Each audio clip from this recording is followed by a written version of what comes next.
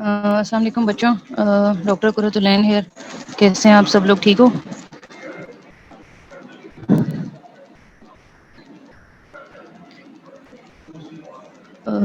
बच्चों आज हम लोग स्टार्ट कर रहे हैं जहाँ पे हम लोगों ने छोड़ा था, बायोकेमिकल मॉलिक्यूलर बेसिस ऑफ। अगर मेरी आवाज़ आ रही है तो प्लीज़ काइंडली बॉक्स में यस लिख के भेज दो अगर सुन सकते हो मुझे प्रॉपर्ली।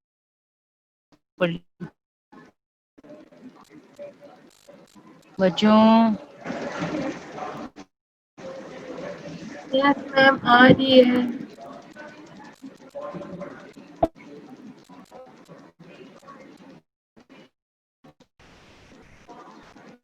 ठीक है भाई, आवाज़ आ रही है क्या बच्चे?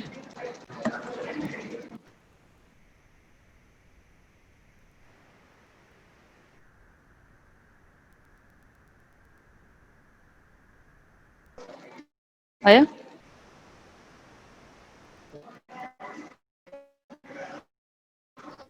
मैम आ रही है आवाज।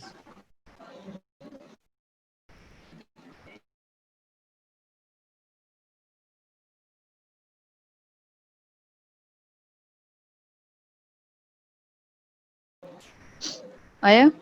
ठीक है। सॉरी बच्चों।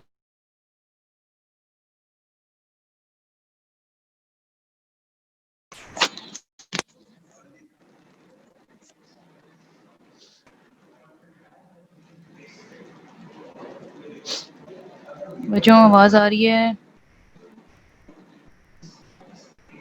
हेलो? यस मैम, आ रही है। ठीक है। अच्छा बच्चों, हम लोगों ने स्टार्ट जहाँ लास्ट टाइम लेफ्ट किया था, biochemical and molecular basis Mendelian disorder. Mendelian disorder मैंने बताया था ऐसे होते हैं जो कि which results from alteration involving single gene. ठीक है, सिंगल जीन्स की कोई तब्दीली भी है, कोई चेंजेस हुए तो वहाँ पे जो डिसऑर्डर होगा उसको हम कहेंगे मेंडेलियन डिसऑर्डर। ठीक है, उसकी वजह से क्या होगा, या एबनॉर्मल प्रोटीन बनेगी या जीन प्रोडक्ट का जो आउटपुट होता है वो कम हो जाएगा। ठीक है, ऑब्वियसली इन सारा जीन्स का ताल्लुक सारा प्रोटीन फॉर्मेशन से ही है। ठीक है, कोई भी टाइप ऑफ प्रोटीन अफेक्ट हो सकती है सिंगल जीन डिसऑर्डर में। ठीक है, अब हम इन सिंगल जीन डिसऑर्डर्स को 4 तरह से पढ़ेंगे कि कहाँ-कहाँ पे मसला हो सकता है। अच्छा, ये आप लोगों की बुक में 4 तरह से एक्सप्लेन किया हुआ है, या तो एंजाइम में डिफेक्ट हो सकता है एंड देयर कॉन्सिक्वेंसेस। ठीक है, या फिर मेम्ब्रेन रिसेप्टर्स या रिसेप्टर ट्रांसपोर्ट सिस्टम में मसला हो सकता है, या फिर नॉन एंजाइम जो प्रोटीन्स हैं उनके स्ट्रक्चर फंक्शन या उनकी क्वांटिटी में कोई मसला हो सकता है, और third unusual reaction to drugs की वजह से कोई म्यूटेशंस होती हैं, उसकी वजह से सिंगल जीन डिसऑर्डर्स होते हैं। ठीक है, सो एंजाइम्स, ठीक है, ये आप लोगों की बुक में आगे टेबल भी पड़ा हुआ है इसमें उसने सिस्टमैटिक बताया हुआ है। ठीक है, ये टेबल ही कर लो आगे तो ये तुम लोगों के लिए काफ़ी है, ये वाला टेबल जिसमें लिखा हुआ है biochemical and molecular basis of some Mendelian disorder. अब देखो इसमें लेफ्ट साइड पे देखो प्रोटीन टाइप और फंक्शन लिखा हुआ है, जिसमें एंजाइम लिखा हुआ है, फिर उसकी एग्जांपल दी हुई है, फिर मॉलिक्यूलर लियन किस लेवल पे होगी और उसकी वजह से कौन सी डिजीज होगी। ठीक है, ये टेबल बहुत ज़्यादा इंपॉर्टेंट है, इसमें काफ़ी सारे एमसीक्यूज निकलते हैं और काफ़ी सारे टॉपिक्स इसमें शॉर्ट एससीक्यूज भी निकलते हैं। ठीक है, जिस तरह अब आपसे कोई एमसीक्यू पूछा जाए कि जैसे एंजाइम की डिफिशिएंसी हो रही है, उसके फिनाइल यूरिया एक डिजीज़ है, उसमें कौन से एंजाइम की डिफिशिएंसी हो रही है, ये ऑल्ट्रेशन हो रही है फिनाइल एनालिन हाइड्रोक्सिलेज। फिर अगर आपसे पूछा जाए कि जी फेमिलियल हाइपरकोलेस्ट्रोलीमिया में किस चीज़ का डिसफंक्शन होता है, तो आप बता सकते हो कि एक तो उसमें डिलीशन और पॉइंट म्यूटेशन होती है, ये टाइप ऑफ म्यूटेशन बता रहा है। ये जितने भी डॉट डॉट से पहले वाली चीज़ें बताई हुई है ना, कोलन से पहले वाली, ये उस लीजन में कौन से टाइप ऑफ म्यूटेशन होगी वो ये बता रहा है। This table is very very important. फिर आप बता सकते हो कि फेमिलियल हाइपरकोलेस्ट्रोलीमिया एक डिजीज़ है जिसमें क्या होता है, पॉइंट म्यूटेशन होती है, ये डिलीशन होती है, उसमें क्या होता है, रिडक्शन ऑफ सिंथेसिस, ट्रांसपोर्ट और binding to low density lipoprotein. Basically LDL low density lipoprotein, जिसको हम बैड प्रोटीन कहते हैं, बायोकेमिस्ट्री में पढ़ी होगी, इसकी सिंथेसिस कम हो जाती है या उसकी ट्रांसपोर्ट कम हो जाती है या उसकी बाइंडिंग कम हो जाती है। फिर इस तरह आपसे अगर पूछा जाए कि सिस्टिक फाइब्रोसिस में क्या होता है, सिस्टिक फाइब्रोसिस में cystic fibrosis transmembrane regulate conductance regulator gene, इसको CFTCR जीन भी कहते हैं। ठीक है, शॉर्ट अगर आपको लिखा वो CFTCR लिखा होता है, उसकी क्या होती है, डिलीशन होती है और उसमें क्या हो जाता है, उसका बेसिकली मसला क्या होता है, या नॉन फंक्शनल प्रोटीन्स होती हैं या मिसफोल्डेड प्रोटीन्स होती हैं। मिसफोल्डेड प्रोटीन्स आपने चैप्टर 1 में पढ़ी होंगी, ठीक है। उसकी वजह से डिजीज कौन सी होती है, सिस्टिक फाइब्रोसिस होती है। फिर आपसे अगर पूछा जाए कि व्हाट इज एलर्स-डानियस सिंड्रोम, एलर्स-डानियस सिंड्रोम में किस चीज का मसला होता है, कहाँ पे गड़बड़ होती है, कोलेजन में, ठीक है। स्ट्रक्चरल प्रोटीन्स में मसला होता है, और जो एक्स्ट्रा सेलुलर, उनमें कुछ स्ट्रक्चरल प्रोटीन्स होती हैं जो एक्स्ट्रा सेलुलर होती हैं, कुछ ऐसी हैं जो सेल मेम्ब्रेन के अंदर की प्रोटीन है, कोई ये सेल के बाहर की प्रोटीन है। जैसे कोलेजन में मसला हुआ, क्या मसला हुआ, या उसकी डिलीशन हो गई या पॉइंट म्यूटेशन हो गई कोलेजन में, ठीक है। उसकी वजह से जीन्स में, सॉरी, उसकी वजह से क्या हुआ, reduced amount of normal collagen और normal amount of defective collagen. या तो जो नॉर्मल कोलेजन है वो ही कम बन रहा है, या डिफेक्टिव कोलेजन नॉर्मल अमाउंट में बन रहा है। तो उसकी वजह से दो डिजीजेस हो सकती हैं, ऑस्टियोजेनेसिस इम्परफेक्टा या एलर-डानियस सिंड्रोम। फिर अगर आपको एमसीक्यू है कि मार्फन सिंड्रोम ये एक डिजीज है, ये किस वजह से हो रही है, किस लेवल पे मॉलिक्यूलर लीजन क्या हुई है, मिस सेंस म्यूटेशन हुई है, ठीक है। एम से याद रखना, मिस सेंस म्यूटेशन। और कौन सा प्रोटीन में गड़बड़ हुई है, फिब्रिलिन, ठीक है। ये सब प्रोटीन्स हैं, ठीक है। ये कोलेजन भी प्रोटीन होती है, फिब्रिलिन भी प्रोटीन होती है। ये एंजाइम होता है जिसमें ASE एंड में आता है, ASE, ठीक है। अल्फा 1 एंटीट्रिप्सिन भी एंजाइम होता है, ठीक है। ये भी एंजाइम है। तो ये फिर प्रोटीन है, ठीक है। अगर आपसे पूछा जाए कि जी हेरिडिटरी स्पेरोसाइटोसिस में ये क्या किस लेवल पे मॉलिक्यूलर लीजन हुई है, हेट्रोजीनस है, ठीक है। काफ़ी सारे फैक्टर्स इन्वॉल्व हैं। और कौन सी प्रोटीन या एंजाइम में गड़बड़ हुई है, डिस्ट्रोफिन में, स्पेक्ट्रिन, एनकायरिन और प्रोटीन 4.1। फिर हीमोफीलिया ए, कौन से फैक्टर की डेफिशिएंसी हुई है, फैक्टर 8 की डेफिशिएंसी हुई है, ठीक है। उसमें क्या डेफिशिएंसी हुई है, किस टाइप की डिलीशन हो गई है, या इंसर्शन हो गई है, या नॉनसेंस म्यूटेशन हो गई है, या कोई और, ठीक है। उसकी वजह से क्या होगा, एबनॉर्मल फैक्टर जो 8 है, ये क्लॉटिंग फैक्टर था, हम लोगों ने पढ़ा था चैप्टर नंबर 4 में, उसकी या तो रिड्यूस सिंथेसिस होगी या एबनॉर्मल बनेगा, ठीक है। ये इस तरह आपसे एमसीक्यूज में पूछा जाता है बच्चों। अच्छा, अब वापस आते हैं। जैसे मैंने बताया था कि एंजाइम का मसला होगा, मेम्ब्रेन का मसला हो सकता है, मेम्ब्रेन रिसेप्टर का मसला हो सकता है, ट्रांसपोर्ट का मसला हो सकता है, कोई भी जो नॉन एंजाइम प्रोटीन्स हैं उनके स्ट्रक्चर, फंक्शन या उनकी क्वांटिटी में मसला हो सकता है, या कोई ड्रग रिएक्शंस की वजह से म्यूटेशंस हुई हैं, उनकी वजह से सिंगल जीन डिसऑर्डर्स होते हैं, ठीक है। अब यहाँ पे वो एंजाइम डिफेक्ट्स का बता रहा है कि एंजाइम डिफेक्ट में क्या होगा, एक एंजाइम की सिंथेसिस होगी, लेकिन किस उसके वजह से क्या होगा, ऐसा एंजाइम बनेगा जिसकी रिड्यूस्ड एक्टिविटी होगी, ठीक है, या नॉर्मल एंजाइम जो है वो कम अमाउंट में बनेगा, ठीक है। और इसकी वजह से जो कॉन्सिक्वेंस होगा वो मेटाबॉलिक ब्लॉक होगा, ठीक है, आगे रिएक्शन चलेगा ही नहीं। और biochemical consequences of an enzyme defect in such reaction में लीड टू 3 मेजर कॉन्सिक्वेंसेज, 3 तरह के कॉन्सिक्वेंसेज हो सकते हैं, ठीक है। अब वो ये डायग्राम आपकी बुक में उसने बताई हुई है कि एक सबस्ट्रेट, एक पॉसिबल मेटाबॉलिक पाथवे दिखाया हुआ है, जिसमें उसने बताया कि ये सबस्ट्रेट है, ठीक है, जिसके ऊपर एंजाइम एक्ट कर रहे हैं, ठीक है। एंजाइम 1 एक्ट करेगा तो इंटरमीडिएट 1 बन जाएगा, भी प्रोडक्ट बनने की तरफ जा रहा है, ठीक है। ये सबस्ट्रेट था जिसके ऊपर एंजाइम एक्ट करते हैं, ठीक है। एंजाइम 1 ने इंटरमीडिएट 1 बनाया, फिर एंजाइम 2 आया, उसने इंटरमीडिएट 2 बनाया, यहाँ से माइनर प्रोडक्ट्स भी बन सकते हैं। M1 और M2 को उसने यहाँ लिखा हुआ है products of a minor pathway. फिर इंटरमीडिएट 2 एंजाइम 3 की मदद से प्रोडक्ट में चेंज हो गया, ठीक है। फाइनल हमारे पास यहाँ पे प्रोडक्ट आ गया। अब यहाँ पे वो कह रहा है कि इनडायरेक्टली जो प्रोडक्ट होता है ना, वो एंजाइम 1 के ऊपर भी एक्ट करता है, ठीक है। तो ये पाथवे इस तरह चलता रहता है। अब यहाँ पे उसने वही बताया हुआ है, एंजाइम रिएक्शन की एग्जांपल दी हुई है, in which a substrate is converted by intracellular enzymes denoted as enzyme 1, enzyme 2 and enzyme 3 into an end product through intermediates 1 and 2 भी बीच में बने थे। फाइनल एंड प्रोडक्ट जो होता है वो अपना फीडबैक करता है, कंट्रोल करता है एंजाइम 1 के ऊपर, ये जैसे इस डायग्राम में आप लोगों की बुक में बताया हुआ है। अच्छा, फिर यही टेबल बच्चों मैं आपको पहले बता चुकी हूँ, दिस इज़ वेरी इंपॉर्टेंट, इसको अच्छे तरीके से याद कर लेना, और रट्टा मार के याद नहीं करना, इसको आप लोगों ने तरीके से याद करना है, वरना आप लोगों को एग्जाम में भूल जाता है कि कौन से एंजाइम की डिफिशियंसी होगी। जिस तरह अगर आप लोगों से पूछा जाए कि मार्फन सिंड्रोम हुआ है, उसमें कौन से प्रोटीन की एग्जाम्पल डिफिशियंसी होगी, आपको पता होना चाहिए कि फिब्रिलिन, किस टाइप की मॉलिक्यूलर लीजन हुई है, मिस सेंस म्यूटेशन हुई है। इस तरह आपको अगर एग्जाम में पूछा जाए कि फेमिलियम UHS वाले एग्जाम में, या अपने कॉलेज के एग्जाम्स में, इस तरह में बहुत सारे एमसीक्यूज आपको सिनेरियो बेस्ड भी आ सकते हैं, ठीक है। कि आपको मार्फन सिंड्रोम है, उसकी कोई क्लिनिकल फीचर डिस्क्राइब किया हो, एलर-डानियस सिंड्रोम का कोई क्लिनिकल फीचर डिस्क्राइब किया हो, फेमिलियल हाइपरकोलेस्ट्रोलीमिया का कोई फीचर डिस्क्राइब किया हो, सिस्टिक फाइब्रोसिस का कोई फीचर डिस्क्राइब किया हो क्लिनिकली, कि आपके पास इतनी एज का पर्सन है, ये क्लिनिकल फीचर्स के साथ प्रेजेंट किया है, उसमें कौन सी एंजाइम की डिफिशियंसी हुई है, ये कौन सी प्रोटीन की डिफिशियंसी हुई है, और किस टाइप ऑफ मॉलिक्यूलर लीजन होगी। इस तरह करके एग्जाम में क्वेश्चन आते हैं बच्चों। अच्छा, फिर ये जो हमने पीछे पढ़ा था कि ये वाली जो चीज़ मैं आपको बता रही थी, ये कि biochemical consequences of an enzyme defect results in defects in such A reaction में लीड टू 3 मेजर कॉन्सिक्वेंसेज। अब वो ये कॉन्सिक्वेंसेज हमें बता रहा है, ठीक है। Accumulation of the substrate depending on the site of the block may be accompanied by accumulation of one or both intermediates. ये इसी एग्जांपल को बार-बार बता रहा है ये वाली, कि अगर तो सबस्ट्रेट हमारे पास ज़्यादा जमा हो रहा है, इसका मतलब ये है कि या तो कोई इंटरमीडिएट में मसला है जो ये यहाँ पे बन रहे थे, ठीक है, या एंजाइम में कोई मसला आ रहा है, ठीक है। Under these condition tissue injury may result if the precursor the intermediate or the products of the alternative minor pathway are toxic in high concentration. For example, अब ये एग्जाम्पल दे रहा है कोई लाइसोसोमल स्टोरेज डिजीजेज हैं जिनको हम आगे पढ़ेंगे, ठीक है।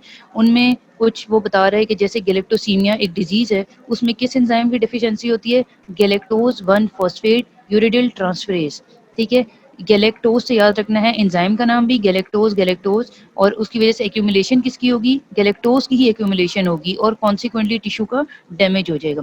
अब वो कह रहे हैं कि excessive accumulation of complex substrate within the lysosomes as a result of deficiency of degradative enzyme is responsible for a group of diseases which are generally refer to as lysosomal storage disease. क्योंकि ये सारा process कहाँ पे हो रहा है, lysosomes के अंदर हो रहा है। लाइसोसोम्स आपको पता है सेलुलर ऑर्गेनेलीज होती हैं, उनके अंदर ये प्रोसेस हो रहा है, उनके अंदर एक्सेसिव स्टोरेज हो रही है गैलेक्टोज की, इसलिए हम लोग कह रहे हैं कि ये लाइसोसोमल स्टोरेज डिजीज हैं। हम ग्लाइकोजन स्टोरेज डिजीजेज भी पढ़ेंगे आगे और लाइसोसोमल डिजीजेज भी आगे पढ़ेंगे।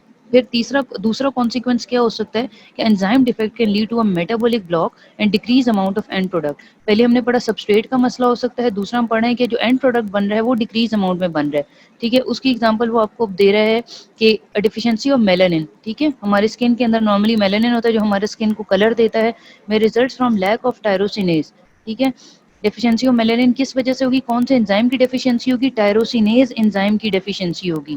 ASE ये जिसके एंड में भी आएगा that is an enzyme which is necessary for the biosynthesis of melanin. अब टायरोसिनेज जब तक नहीं होगा तो मेलानिन नहीं बनेगा, ठीक है। और उसका प्रिकर्सर कौन सा होता है टायरोसिनेज का, टायरोसिन, ठीक है। टायरोसिन टायरोसिनेज बनाएगा, resulting in the clinical condition called albinism. आप लोगों ने एल्बुमिन देखे होंगे अपने आसपास सराउंडिंग में, जो वाइट कलर के पीपल होते हैं, एक्सेसिवली वाइट जिनमें कलर होता है, ठीक है।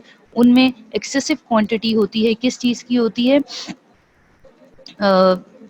ये सॉरी डेफिशिएंसी होती है मेलानिन की, ठीक है। और वो मेलानिन की डेफिशिएंसी क्यों होता है, क्योंकि पीछे एंजाइम टायरोसिनेज नहीं होता, ठीक है। और आगे वो कह रहा है कि a prime example of a disease with such an underline mechanism. इसी तरह एक लेश-निहान सिंड्रोम भी होता है, उसमें भी इस तरह का मैकेनिज्म देखा जाता है जहाँ पे एंड प्रोडक्ट कम अमाउंट में प्रोड्यूस हो रहा होता है। जिस तरह इसमें एल्बिनिज्म में एंड प्रोडक्ट हमारा मेलानिन है तो उसकी डेफिशिएंसी होगी तो आगे एल्बिनिज्म हो जाएगा। इस तरह थर्ड हमारा जिसको हम लोग कह रहे हैं, हम वो पढ़े थे कैरेक्टरिस्टिक पढ़े थे, उसमें ये था कि failure to inactivate a tissue damaging substrate is best exemplified by alpha 1 antitrypsin deficiency. Failure to inactivate a tissue damaging substrate, ठीक है। एक टिश्यू डैमेजिंग सबस्ट्रेट है, उसको इनएक्टिवेशन की फेलियर, मतलब कि एक टिश्यू डैमेजिंग सबस्ट्रेट ज़्यादा से ज़्यादा बन रहा है, ठीक है। उसकी एग्जांपल वो दे रहा है बाय अल्फा 1 एंटीट्रिप्सिन डेफिशिएंसी। जिन लोगों के अंदर इनहेरिटेड डेफिशिएंसी होती है अल्फा 1 एंटीट्रिप्सिन अल्फा 1 एंटीट्रिप्सिन की, उनमें क्या होता है, they are unable to inactivate neutrophil elastase in their lung, ठीक है। इस तरह आपको एमसीक्यू आ सकता है। जिस तरह आपको लोगों को ये टेबल है, यहाँ पे अगर आप देखो तो अल्फा 1 एंटीट्रिप्सिन ये एंजाइम इनहिबिटर होता है बेसिकली, ठीक है। और इसका नाम क्या है, अल्फा 1 एंटीट्रिप्सिन। इसकी मिससेंस म्यूटेशन होगी तो इम्पेयर्ड सिक्रीशन होगी from liver to the serum, और इसके नतीजे में इम्फाइसीमा और लिवर डिजीजेज कॉज होती हैं। इम्फाइसीमा लंग की डिजीज़ है और ये आगे लिवर की डिजीज़ है, ठीक है। तो ये आगे बता रहा है कि पल्मरी इम्फाइसीमा होगा अगर तो न्यूट्रोफिल इलास्टेज इनएक्टिव होगा, मतलब they are deficiency of alpha 1 antitrypsin हुई, they will be unable to inactivate the neutrophil elastase in their lung, ठीक है। वो न्यूट्रोफिल इलास्टेज ज़्यादा से ज़्यादा बनेगा और उसकी वजह से क्या होगी, अनचेक्ड एक्टिविटी होगी प्रोटीएज की। ये भी सारे एंजाइम्स हैं, प्रोटीएज इलास्टेज वगैरह, इनकी वजह से क्या होगा, destruction of elastin in the wall of the lung alveoli, ठीक है। लंग अल्वियोलाई के अंदर जो वॉल की जो लंग्स की जो वॉल है उसके अंदर जो इलास्टिन है ना, उसकी डिस्ट्रक्शन होती जाएगी जब प्रोटीएज की अनचेक्ड एक्टिविटी होगी। ज़्यादा से ज़्यादा प्रोटीएज बन रहा है, इलास्टिन को डिस्ट्रॉय कर रहा है, जिसकी वजह से क्या हो रहा है, पल्मोनरी एम्फाइसीमा हो रहा है। तो एक एंजाइम का हमने पढ़ लिया। दूसरा, defects in the receptors and transport system. अगर तो एंजाइम के रिसेप्टर में मसला है, मेम्ब्रेन रिसेप्टर में मसला है, या उसके ट्रांसपोर्ट में मसला है, ठीक है, transport across the cell membrane, ठीक है। In some cases transport is achieved by receptor mediate endocytosis. Endocytosis मतलब कि अंदर एंटर होना, रिसेप्टर मीडिएटेड। अच्छा, अब जिस तरह उसने फेमिलियल हाइपोकोलेस्टेरोलिया की एग्जांपल दी हुई है, आप लोगों को एमसीक्यू इस तरह है कि फेमिलियल हाइपोकोलेस्टेरोलिया में किस रिसेप्टर की रिड्यूस सिंथेसिस होती है, या उसका फंक्शन होता है एलडीएल रिसेप्टर, लो डेंसिटी लिपोप्रोटीन रिसेप्टर। जब एक एंजाइम की लो डेंसिटी लिपोप्रोटीन की रिड्यूस सिंथेसिस हो रही है, ये उसका फंक्शन हो रहा है, तो उसकी वजह से क्या होगा, defective transport of LDL into the cell. LDL का जो ट्रांसपोर्ट है सेल के अंदर, वो नहीं हो सकेगा, जिसके नतीजे में क्या होगा, एक्सेसिव कोलेस्ट्रॉल सिंथेसिस होता रहेगा बाय इंटरमीडिएटरी मैकेनिज्म, ठीक है।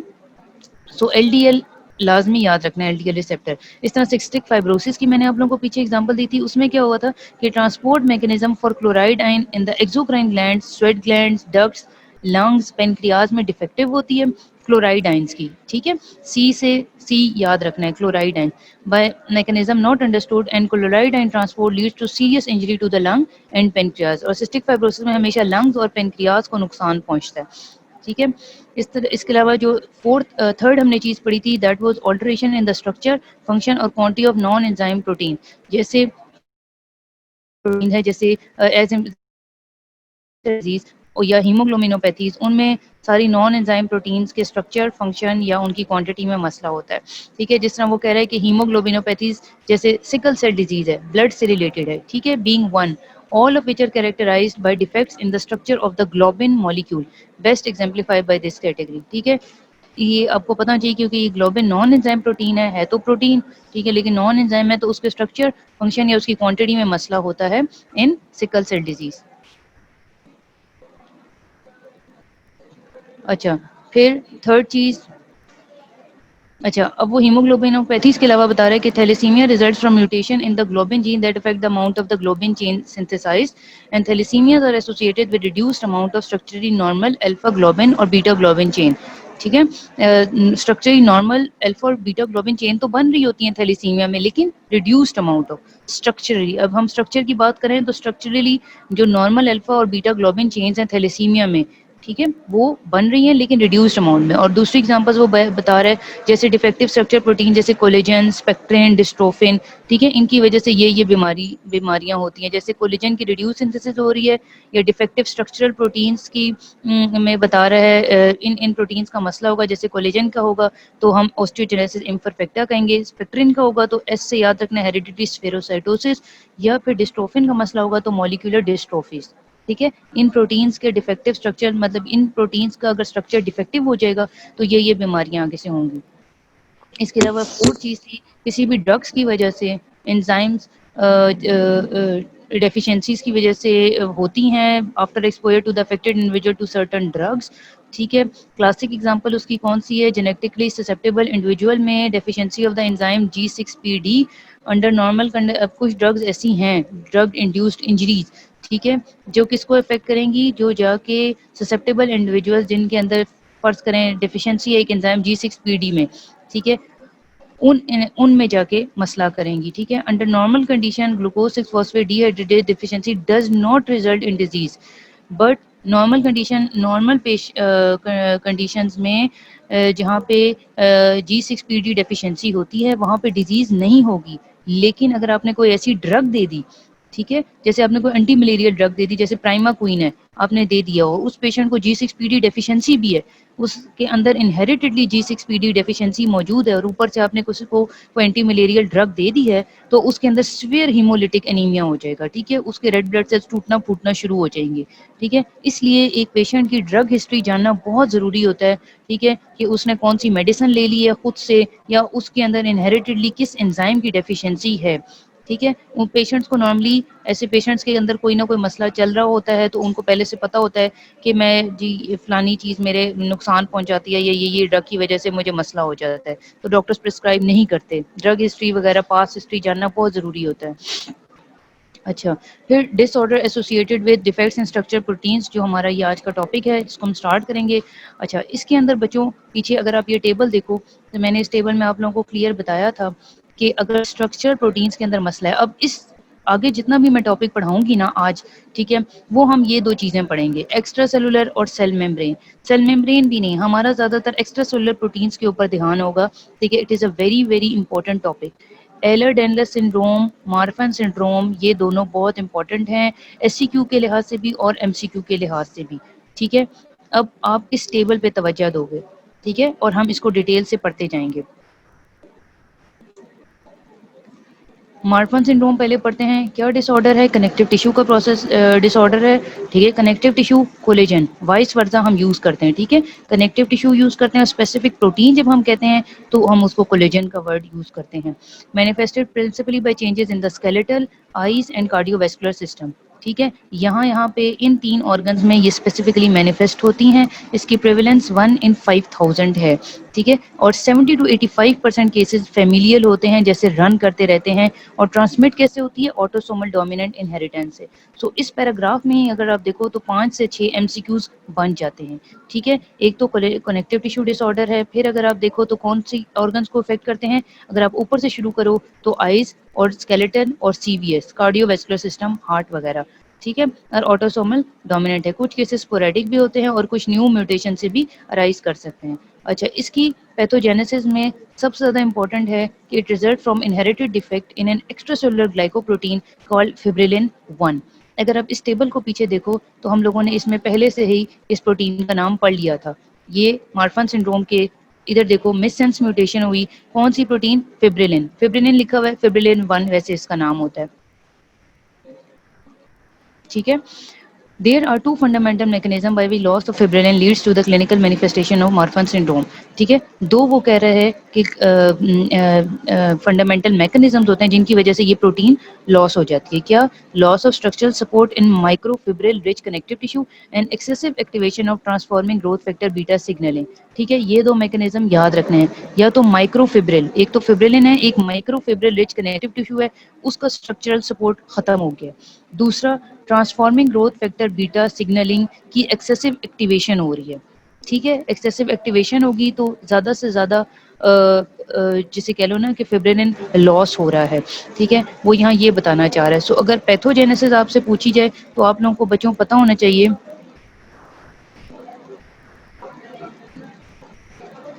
शाबाश, ये आप लोगों ने पढ़े थे। शाबाश, बहुत अच्छी बात है बच्चों, आप लोगों ने पढ़े थे। वेरी गुड रमज़ा, इकरा, शाबाश। यही चीज़ें हम लोग बार बार रिपीट कर रहे हैं। ये Marfan syndrome, Ehlers Danlos syndrome, genetics mostly biochemistry में आप कर लेते हो, लेकिन अगर आप लोगों को अगर स्पेसिफिकली पैथोलॉजी में अगर आपकी से पैथोजेनेसिस पूछी जाती है तो आप लोगों ने ये लिखना है, प्रिंसिपल मैकेनिज्म्स ये होंगे जिसकी वजह से फिब्रिलिन खत्म हो जाएगी। ठीक है, इसके बाद अगर आप देखो पैथोजेनेसिस में फिब्रिलिन के बारे में बता रहे हैं कि फिब्रिलिन क्या होती है। ठीक है, ये तो आप लोगों को सबको पता लग गया कि ये एक प्रोटीन है। ठीक है, टाइप ऑफ जैसे कह लो कनेक्टिव टिश्यू है। ठीक है, it is a major component of the microfibrils found in the extracellular matrix. Extracellular के अंदर जो माइक्रोफिब्रिल्स होते हैं, जो उसको बना रहे होते हैं, ठीक है, उसका एक मेजर कंपोनेंट है, फिब्रिलिन इसको कहते हैं। इनका काम क्या है कि they provide a scaffolding on which tropoelastin is deposited to form elastic fibre. ठीक है, बेसिकली इसके फोल्डिंग प्रोवाइड करती है, एक सपोर्ट प्रोवाइड कर रही होती है टोपो इलास्टिन, इलास्टिक फाइबर्स को, जिनके ऊपर जाके टोपो इलास्टिन ने अटैच होना होता है। ठीक है, तो सपोर्ट बेसिकली ये दे रही हैं ताकि इलास्टिक फाइबर्स बन सकें। ठीक है, although they are widely distributed in the body, they are particularly abundant कहाँ पे होता है, ये भी आपको एमसीक्यूज आ सकता है।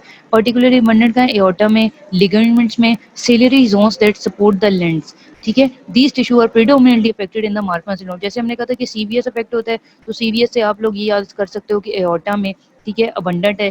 ठीक है, इसके अलावा माइक्रोफाइब्रिल्स का वो भी बता रहा है कि कहाँ पे ज़्यादा से ज़्यादा पाई जाती हैं। इसके अलावा आइज अफेक्ट होती हैं, जैसे ciliary zonules that supports the lens. Lens को जो इलास्टिक फाइबर जो सपोर्ट कर रही होती है ना, उनमें माइक्रोफाइब्रिल्स बहुत ज़्यादा क्वांटिटी में पाई जाती हैं। आप खुद सोचो कि जहाँ पे ये बहुत क्वांटिटी में पाई जा रही हैं, वहाँ पे अगर फिब्रिलिन की डेफिशिएंसी हो जाएगी तो ऑब्वियसली इन ऑर्गन्स के अंदर मसला पैदा होगा।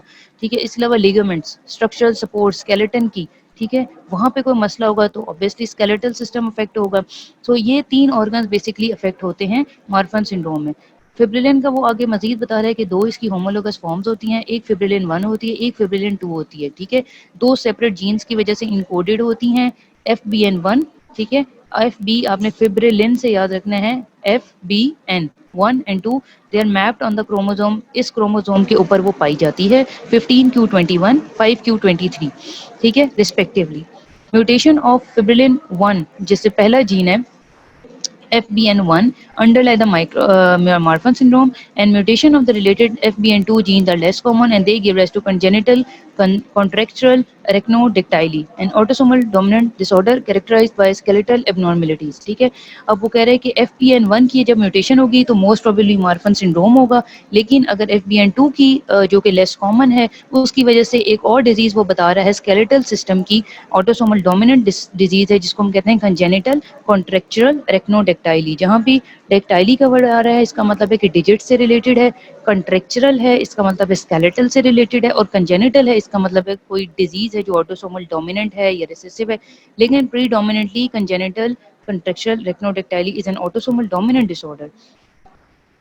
अच्छा, अब वो म्यूटेशन एनालिसिस बता रहा है कि more than 600 distinct mutation FBN1 gene की पाई जाती हैं उन पेशेंट्स में जिनमें मार्फन सिंड्रोम होता है।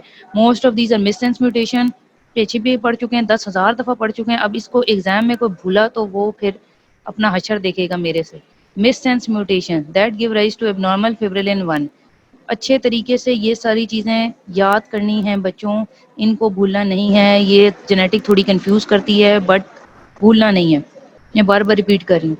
These can inhibit the polymerization of fibrillin fibers. Alternatively, the reduction of fibrillin contact below a certain threshold weakens the connective tissue, जिसको haploinsufficiency वो कह रहा है। अच्छा, अब वो आगे clinical manifestation of Marfan syndromes की बता रहा है कि वो डिफरेंट होती हैं due to changes in the mechanical properties of the extra cellular matrix resulting from the abnormalities of fibrillin. सारा जिक्र फिब्रिलिन का हो रहा है, डिफरेंट ऑर्गन्स में होगा, जैसे बोन ग्रोथ, ओवर ग्रोथ हो रही है, या फिर मिक्सॉइड चेंजेस हो रहे हैं in mitral valves, they can't be attributed to changes in the tissue elasticity. ठीक है, recent studies indicate the loss of the microfibril give rise to abnormal and excessive activation of transforming growth factor beta, since normal microfibrils sequester transforming growth factor beta and thus control the bioavailability of this cytokine। पीछे हमने TGF beta पढ़ा था, ठीक है। अब वो कह रहे हैं जब माइक्रोफिब्रिल्स लॉस हो जाती हैं उनकी वजह से क्या होगा, एबनॉर्मल एंड एक्सेसिव एक्टिवेशन होगी TGF बीटा की, transforming growth factor beta. Since normal microfibril sequester, ये नॉर्मल माइक्रोफिब्रिल्स इसको यूज कर लेती हैं ट्रांसफॉर्मिंग ग्रोथ फैक्टर बीटा को, और कंट्रोल में रखती हैं बायोअवेलेबिलिटी ऑफ दिस साइटोकाइन। ये बेसिकली साइटोकाइन है, TGF beta is a cytokine, ठीक है ये भी प्रोटीन, ठीक है। सो अगर माइक्रोफिब्रिल लॉस्ट हो जाएगी तो इस प्रोटीन की, इस साइटोकाइन की बहुत तेजी से एक्टिवेशन होगी, ज्यादा से ज्यादा एक्टिवेशन होगी, ठीक है। अच्छा, जब एक्सेसिव TGF सिग्नलिंग होगी इसके डिलेटेरियस इफेक्ट्स होते हैं on vascular smooth muscle development. It also increases the activity of metalloproteases causing loss of extracellular matrix. अब इस लाइन में देखो आपको इस तरह MCQ आ सकता है कि जब TGF की एक्सेसिव सिग्नलिंग होगी तो क्या होगा, स्मूथ मसल्स की डेवलपमेंट इफेक्ट होगी। इसके अलावा एक्सेसिव एक्टिवेशन हो रही है मेटालोप्रोटीएजेस एंजाइम की, मेटालोप्रोटीएजेस एंजाइम की जब एक्टिविटी इंक्रीज हो रही है इसकी वजह से क्या होगा, एक्स्ट्रासेलुलर मैट्रिक्स लॉस हो जाएगा, ठीक है।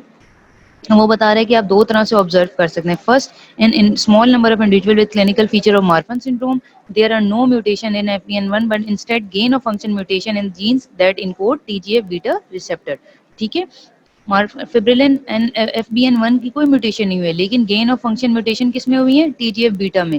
Second, in mouse model of Marfan syndrome generated by mutation in FBN1 administration of antibodies to TGF beta prevents alteration in the aorta and mitral valve, ठीक है। अगर तो एंटीबॉडीज एडमिनिस्टर हुई जब उन्होंने माउस में देखा टू TGF बीटा, वो क्या करेंगी, they will prevent the alteration in the aorta and metal wall, ठीक है। इस लाइन को, ये दिस लाइन इज, ये माउस वाली छोड़ दो, लेकिन तुम लोगों के लिए ये ज़रूरी पता होना चाहिए कि स्मॉल नंबर ऑफ पेशेंट जिनमें मार्फन सिंड्रोम के क्लिनिकल फीचर्स आते हैं उनमें FBN1 की म्यूटेशन ना भी हो तो उनमें TGF बीटा रिसेप्टर की म्यूटेशंस का गेन ऑफ फंक्शन होता है। हमने पिछली दफा पढ़ा था ना, लॉस ऑफ फंक्शन और गेन ऑफ फंक्शन, ठीक है। अच्छा, अब ये मॉर्फोलॉजी है बच्चों, ठीक है, आप लोगों की बुक में इसी तरह लिखी हुई है, उसी तरह मैंने उठाई थी कि एक तो मॉर्फोलॉजी में स्केलेटल एबनॉर्मलिटीज जो हमने पीछे पढ़ा था, ऑक्यूलर चेंजेस मतलब आई में चेंजेस और कार्डियोवैस्कुलर लीजन, ठीक है। Skeletal abnormalities are the most striking feature of Marfan syndrome. Typically, the patient is unusually tall with exceptionally long extremities and long tapering fingers and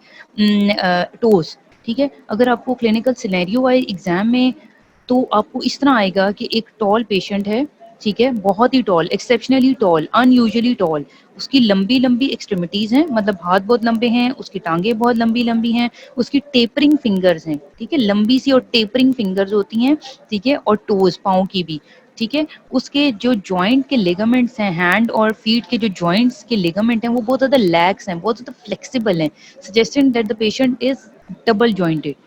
typically the thumb can be hyperextended back to the wrist, मतलब thumb इतना flexible होता है, इतना hyper extend हो सकता है कि आप उसको रिस्ट से टच कर सकते हो, ठीक है। इन पेशेंट्स का हेड जो है लॉन्ग हेडेड होता है, ठीक है, डोलोकैफलिक जिसको वो टर्म यूज कर रहा है, with bossing of the frontal eminences and prominent supra orbital ridges. Variety of spinal deformities may impaired, जब वो इतने लंबे होंगे तो उनके अंदर काफी सारी स्केलेटल डिफॉर्मिटीज हो सकती हैं, जैसे काइफोसिस, स्कोलियोसिस और रोटेशन और the slipping of the dorsal और लंबर वर्टिब्रेज। चेस्ट इनकी डिफॉर्म्ड होती है, typically pectus excavatum deeply depress sternum, इनकी स्टर्नम बहुत अंदर की तरफ डिप्रेस्ड होती है, या पिजन ब्रेस्ट डिफॉर्मिटी भी इसको कह सकते हैं, ठीक है। आइज में तो आपको सिनेरियो हमेशा क्लिनिकल फीचर्स के साथ आता है एग्जाम में, आपको कभी भी ये नहीं आएगा कि एक पेशेंट मार्फन सिंड्रोम के साथ आया, आपको आएगा कि एक पेशेंट है बहुत ज़्यादा टॉल है, टेपरिंग फिंगर्स हैं, ठीक है, आपके साथ प्रेजेंट, आपके पास आया है किसी आई डिफॉर्मिटी की वजह से, जैसे उसकी कोई लेंस की डिसलोकेशन हो गई है, ठीक है, उसको नज़र नहीं आ रहा है, ठीक है, और वो आपके पास आया है, जब आप उसको देखोगे तो आप कहोगे कि ये तो मार्फन सिंड्रोम के साथ आया है, जब आप उसके फीचर्स उससे पूछोगे, ठीक है। आइज में क्या मसला हो सकता है, मोस्ट कैरेक्टरिस्टिक इज बायलेटरल सबलेक्सेशन। सबलेक्सेशन का मतलब होता है कि लेंस दोनों साइड के लेंस में लेंस अपनी जगह से डिसलोकेट हो गया है, या आउटवर्ड होगा या अपवर्ड होगा, इसको हम एक्टोपिया लेंटिस कहते हैं, इस कंडीशन को, लेंस की डिसलोकेशन, ठीक है। unusually is uncommon in persons who do not have this disease, that the bilateral ectopia lentis should raise the um, suspicion of Marfan syndrome, ठीक है। अब ये जब भी कोई पेशेंट आपके पास प्रेजेंट करे जिसका बायलेटरल, जिसमें बायलेटरल टोपिया लेंटिस की फाइंडिंग हो, ठीक है, उसकी वजह से आपका मार्फन सिंड्रोम का फॉरन सस्पिशियस दिमाग में आ जाना चाहिए। इसके अलावा सीवीएस की कंडीशन ऑब्वियसली बहुत ज़्यादा लाइफ थ्रेटनिंग होती हैं, दो बहुत कॉमनली इनकाउंटर लीजन होती हैं सीवीएस में, या माइट्रल वेल प्रोलेप्स होगा जो कि बहुत ज़्यादा इंपॉर्टेंट है, या असेंडिंग एओर्टा की डायलिटेशन होगी due to cystic medial necrosis, ये उसकी वॉल के अंदर होगा, ठीक है। हिस्टोलॉजिकली जब आप देखेंगे माइक्रोस्कोप के अंदर तो आपको क्या नजर आएगा, नेक्रोसिस नजर आएगी, सिस्टिक मीडियल नेक्रोसिस आपको वेसल वॉल में। इसके अलावा loss of medial support results in the progressive dilatation of the aortic wall, जब आपको अंदर का वाल्व का मीडिया या उसके उसमें चेंज आई हुई है, जो होता है ना वाल्व की लेयर होती है, इलास्टिक और मीडिया और एंटेमा वगैरह, ठीक है, उसमें वो कह रहा है गड़बड़ आ रही है, जब आप उसको हिस्टोलॉजिकली देखोगे। इसके अलावा एक्सेसिव, जब हमने पढ़ा था टीजीएफ बीटा सिग्नलिंग होगी in the adventitia, so it also contributes to aortic dilatation, ये एडवेंटिशिया उसकी लेयरिंग को कह रहा है वेसल की। and weakening of the media predisposes to an intimal tear which may initiate an intramural hematoma that cleaves the layers of the media to produce aortic dissection, ठीक है। अब ये सारा एओर्टा के अंदर चेंजेस बता रहे हैं कि क्या क्या होंगी, उसकी वेसल वॉल में इंटिमिया, एडवेंटिशिया, इन सब की वीकनिंग हो रही है, ठीक है, जिसकी वजह से वेसल डायलेट हो रही है। After cleaving the aortic layer for considerable difference, sometimes back to the root or aorta, down syndrome often ruptures through the aortic wall, मतलब वो आगे की तरफ चलता जाता है, रूट की तरफ या आगे की तरफ, और ये कॉज ऑफ डेथ बनता है, ठीक है बच्चों। अच्छा, इसके अलावा वो बता रहा है, यही वही चीज़ें जो हमने पीछे इस पैरा में पढ़ी हैं कि माइट्रल वेल्व की लीजन मोस्ट फ्रीक्वेंटली होती हैं। इसके अलावा connective tissue support mitral valve में उनको सॉफ्ट बना देता है, जिसको हम फ्लॉपी वॉल्व कहते हैं।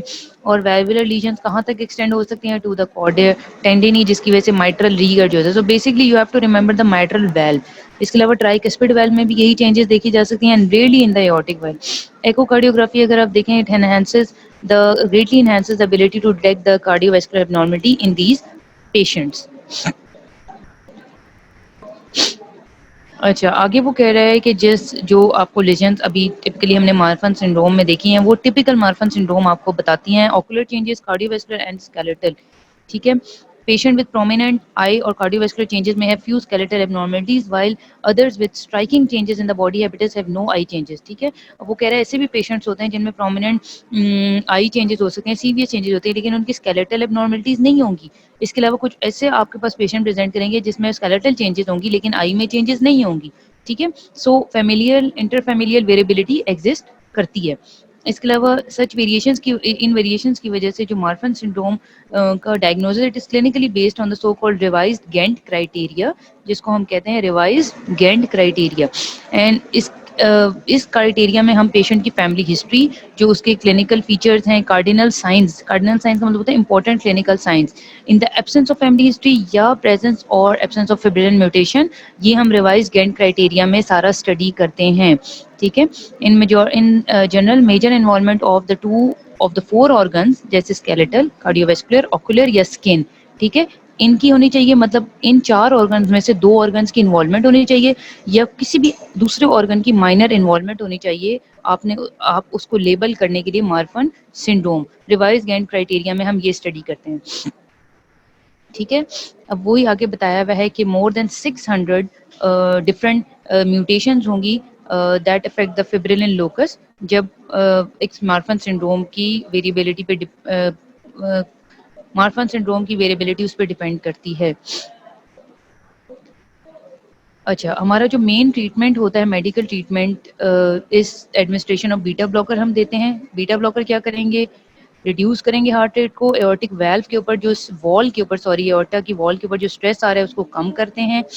एनिमल मॉडल्स में जब टीजीएफ बीटा एक्टिविटी को इनहिबिट किया गया by use of specific antibodies तो वो भी बहुत ज़्यादा यूजफुल था। ठीक है, क्योंकि life long use of antibodies आप ह्यूमन में नहीं दे सकते, इस तो दूसरी स्ट्रैटेजीज वगैरह भी टेस्ट की जा रही हैं। इसके अलावा एंजियोटेंसिन टाइप 2 रिसेप्टर के ब्लॉकेज जब आप करते हैं ह्यूमंस में तो वो भी कुछ प्रॉमिसिंग रिजल्ट्स आपको मिलते हैं। दूसरा हमारा सिंड्रोम है जो हम आज डिस्कस करेंगे, दैट इज एलर-डेनलेस सिंड्रोम। एलर-डेनलेस सिंड्रोम हम पीछे जाते हैं, तुम लोग को यही टेबल मैं दोबारा दिखा रही हूँ। ठीक है, एलर-डेनलेस सिंड्रोम को इसमें देख लो। एक्स्ट्रा सेलुलर प्रोटीन्स में जब फिब्रिलिन से ऊपर जाओ तो कोलेजन था, कोलेजन की डिलीशन या पॉइंट म्यूटेशन की वजह से reduced amount of normal collagen होगा या normal amount of defective collagen होगा, उसको हम कहते हैं एलर-डेनलेस सिंड्रोम। आई होप कि तुम लोग को फिब्रिलिन मार्फन अब नहीं भूलेगा। ठीक है, एलर-डेनलेस सिंड्रोम में क्या होता है, it comprise a clinically and genetically heterogeneous group of disorder that result from some defect in the synthesis of और स्ट्रक्चर ऑफ फिब्रिलर कोलेजन। ठीक है बच्चों, कोलेजन वहाँ क्या था, फिब्रिलिन, यहाँ है कोलेजन। ठीक है, दूसरे डिसऑर्डर्स जो कोलेजन सिंथेसिस को अफेक्ट करते हैं वो था ऑस्टियोजेनेसिस इम्परफेक्टा जैसे टेबल में लिखा हुआ है, एल्पोर्ट सिंड्रोम एंड एपिडर्मोलाइसिस बुलोसा। ठीक है, ये नाम याद रख लेना, 1-2 भी याद रख लेना, ऑस्टियोजेनेसिस इम्परफेक्टा और एलर-डेनलेस भी बहुत है तुम लोगों के लिए। अच्छा, biosynthesis of collagen complex process होता है that can be disturbed by genetic error and that may affect any one of the numerous structural collagen genes और enzyme necessary for the post transcriptional modification of collagen. जी बच्चे, I think तुम लोगों को समझ आ रही है, शुक्र है, क्योंकि यू आर रिस्पॉन्डिंग वेल। ठीक है, क्योंकि बायोकेमिस्ट्री में भी ये चीज़ें पढ़ी हैं और वही चीज़ें हम बार बार डिस्कस करें and I am telling you each and everything कि क्या चीज़ आप लोगों के एग्जाम पॉइंट ऑफ व्यू से इम्पोर्टेंट है। ठीक है, अच्छा, इसके बाद हम देख रहे हैं कि वो कह रहे हैं कि स्ट्रक्चरल कोलेजन जीन में कहीं पे भी मसला हो जाए या एंजाइम्स जो कि कोलेजन बनाने के लिए ज़रूरी हैं, ठीक है, उनकी कोई ट्रांसक्रिप्शनल मॉडिफिकेशन हो जाए तब गड़बड़ हो सकती है। इसके अलावा जो mode of inheritance of Ehlers Danlos syndrome है, ईडीएस उसको लेबल कर रहा है, उसके अंदर मेंडेलियन पैटर्न के तीनों फैक्टर्स आ जाते हैं।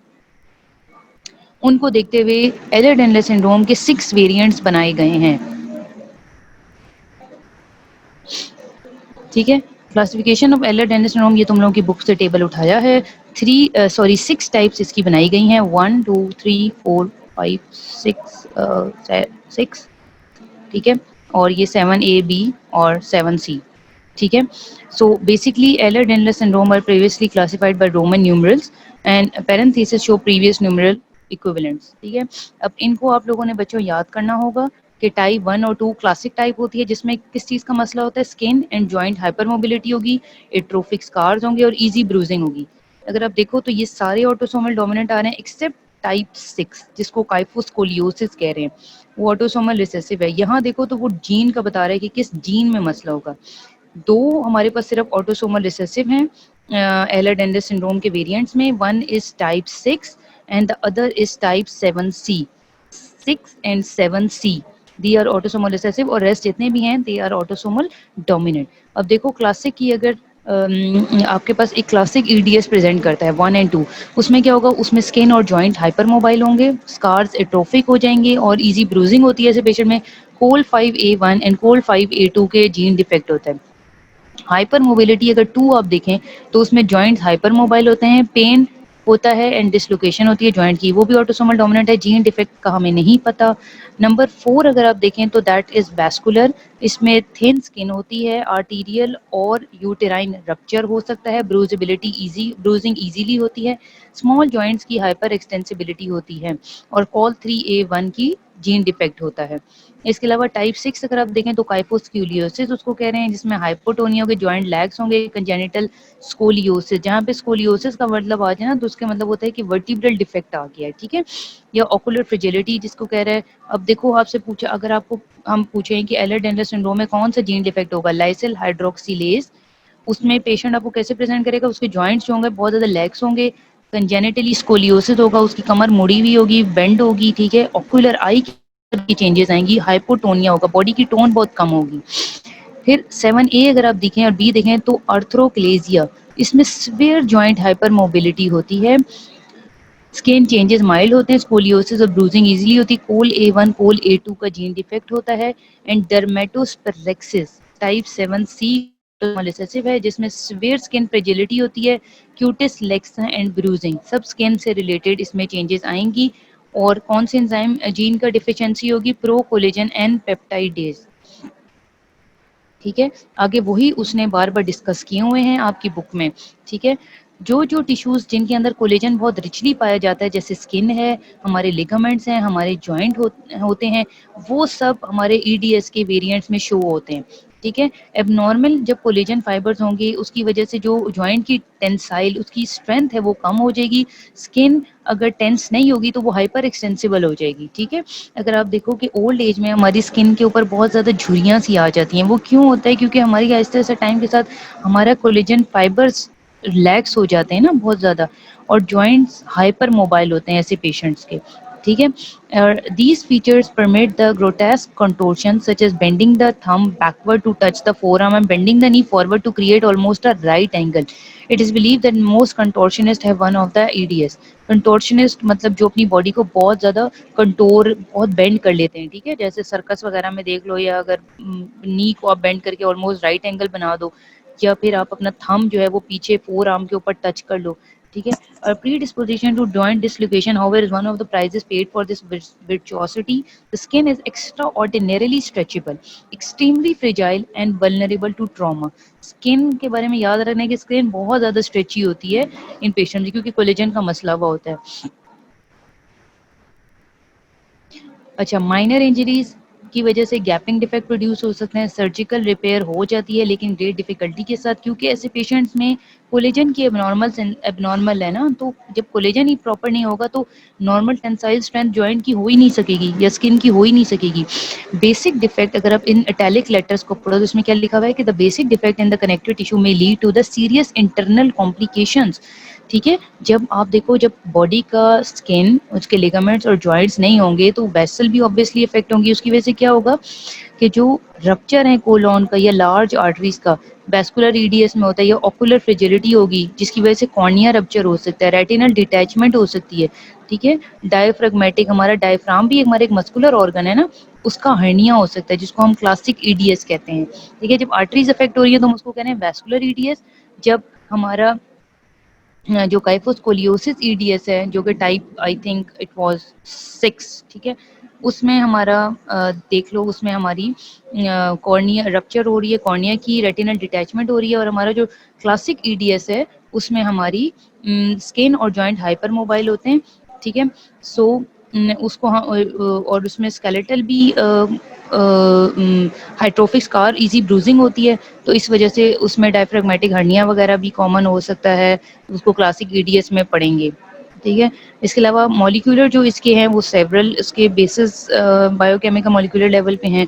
Most characterize the kyphoscoliosis type, the most common autosomal recessive form of EDS. आप लोगों को एमसीक्यू इस तरह पूछा जा सकता है कि जैसे इसमें देखो नंबर 4 है, नंबर 6 है काइफोस्कोलियोसिस टाइप, ऑटोसोमल रिसेसिव है, लाइसिल हाइड्रोक्सिलेज की डेफिशिएंसी होती है उसमें, यही सारा लिखा हुआ है। लाइसिल हाइड्रोक्सिलेज क्यों ज़रूरी है? क्योंकि ये कोलेजन सिंथेसिस में बहुत इंपॉर्टेंट रोल प्ले करता है।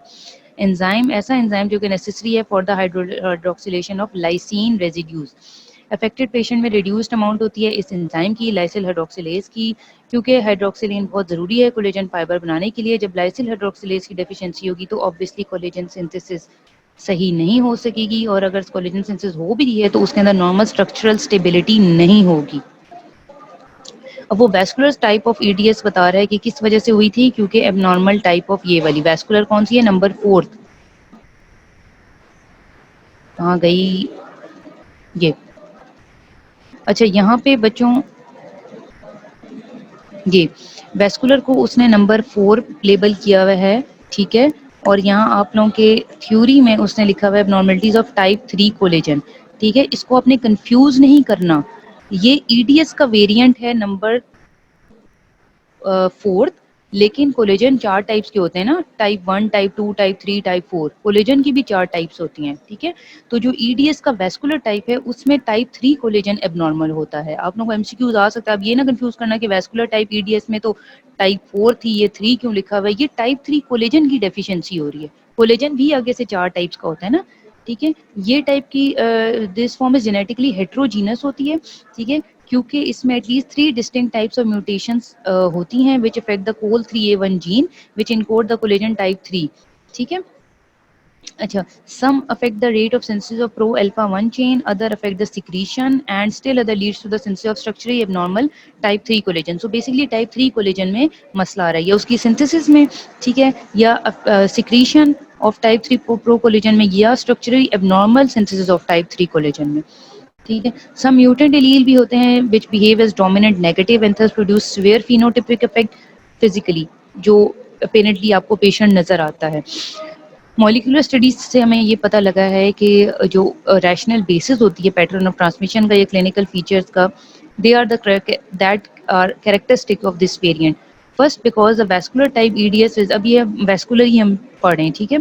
बिकॉज वैस्कुलर टाइप जो ईडीएस है it results from mutation involving a structural protein rather than an enzyme protein. अभी तक हम जितने भी पढ़े हम स्ट्रक्चरल प्रोटीन्स को ही डिस्कस कर रहे हैं ना, ठीक है।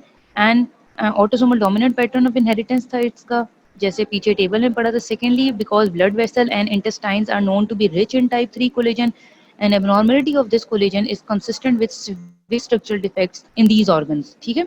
अब टाइप 3 कोलेजन उसने क्यों कहा? क्योंकि कौन से ऑर्गन इससे अफेक्ट होंगे? एक तो ब्लड वेसल्स और दूसरा हमारी इंटेस्टाइन जीआईटी, क्योंकि they are richly made of type 3 collagen, ठीक है। जब टाइप 3 कोलेजन की डिफिशियंसी हो जाएगी तो इन ऑर्गन्स को अफेक्ट करेगी। अच्छा, अब वो बता रहा है कि बाकी 2 फॉर्म्स ऑफ ईडीएस जो है, जिसको आर्थ्रोकलेजिया कह रहा है या डर्मेटोस्पेरेक्सिस टाइप कह रहा है, उसमें किस कोलेजन की डेफिशिएंसी होगी? टाइप 1 प्रो कोलेजन की, ठीक है। डिफेक्ट इन द, बेसिकली उसमें डिफेक्ट है conversion of type 1 pro collagen to collagen, ठीक है। ये 2 टाइप्स भी यहाँ पे लिखी हुई हैं, arthrochalasia type 7AB and dermatosparaxis type 7C, ये वाली बच्चों, ठीक है। इस स्टेप में क्या होगा? जब टाइप 1 प्रो कोलेजन कोलेजन में नहीं बनेगा तो एबनॉर्मल अमाउंट ऑफ कोलेजन बनता जाएगा, ठीक है। It this step in collagen synthesis involves the cleavage of non collagen peptide and N terminus and C terminus of the pro collagen molecules, ठीक है। इस लेवल पे क्लीवेज हो जाएगा नॉन कोलेजन पेप्टाइड्स का एन और सी टर्मिनल पे। उसके बाद क्या होगा? जो एन टर्मिनल स्पेसिफिक और सी टर्मिनल स्पेसिफिक पेप्टाइडेजेस जो रोल प्ले करेंगी, डिफेक्ट क्या होगा? Pro conversion of pro collagen to collagen, this thing you have to remember, ठीक है। Defect in the conversion of pro collagen to collagen in arthrochalasia type have been traced to mutation that affect one of the 2 types of collagen gene, col A1, col A2। इन genes के defect होगा। As a result structurally abnormal pro alpha 1 and pro alpha 2 2 gene chain that resist the cleavage of n terminal peptides are formed। इस table में आप देखो तो इसमें साफ बताया हुआ है कि कोल A1 एंड कोल A2 के जीन डिफेक्ट होगा, जिसकी वजह से प्रो कोलेजन 1 प्रो कोलेजन में चेंज नहीं हो सकेगी। अच्छा, अब आगे वो कह रहे हैं कि in patients with single mutant allele only 50% of type 1 collagen chains are abnormal, but because these chain, क्योंकि अगर सिंगल म्यूटेंट एलील म्यूटेंट हुआ है ना, तो उसमें वो कह रहा है कि 50% जो टाइप 1 कोलेजन होता है वो एब्नॉर्मल होती है, 50% ठीक है।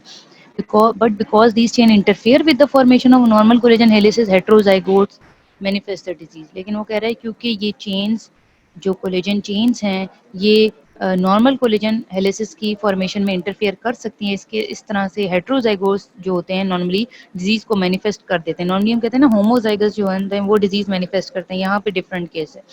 In contrast the related dermatosparaxis type is caused by, अब पहले हमने ये वाली स्टडी की थी आर्थ्रोप्लेजिया, ठीक है। अब वो डर्मेटोस्पेरेक्सिस का बता रहा है कि डर्मेटोस्पेरेक्सिस में हमारे पास म्यूटेशन हुई प्रो कोलेजन की एन पेप्टाइडेज जीन की, जो क्लीवेज की जो कोलेजन की क्लीवेज के लिए बहुत ज़रूरी है, ठीक है। And it follows N autosomal recessive form of inheritance. पीछे टेबल देखो लिखा हुआ है, ठीक है, ऑटोसोमल रिसेसिव। ये टेबल्स जितने भी हैं बच्चों, ये आप लोगों की आसानी के लिए बने होते हैं और आगे बुक्स में मजीद उसी चीज़ को एलेबरेट किया हुआ होता है, ठीक है। तो ये टेबल्स बहुत अच्छे तरीके से याद करने हैं।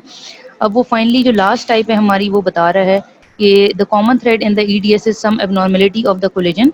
These disorders are extremely heterogeneous at the molecular level, a variety of defects involving structural genes, वही उसको सारा समराइज कर रहा है। अच्छा, एक पैरा आपकी बुक में लिखा हुआ है जो क्लासिक टाइप ऑफ ईडीएस है, उसका वो बता रहा है कि mutation in the gene for type 5 collagen has been detected, ठीक है।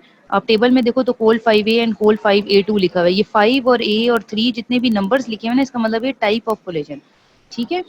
और बाकी इसमें वही बताया हुआ है। One example is EDS like condition caused by mutation in the tenascin X, a large multimeric protein that affects the sensitive fibril of type 4 and type 1 collagen, ठीक है।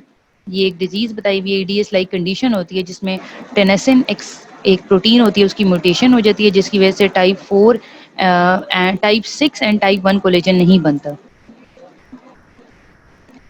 अच्छा, फिर हमारे पास कुछ डिसऑर्डर्स हैं which are affected with defects in the receptor proteins, जिसमें हम फेमिलियर हाइपरकोलेस्ट्रोलीमिया पढ़ेंगे। ये हमारा नेक्स्ट टॉपिक है बच्चों, ठीक है। फेमिलियर हाइपरकोलेस्ट्रोलीमिया भी बहुत इंपॉर्टेंट है क्लिनिकली भी और एग्जाम पॉइंट ऑफ व्यू से भी।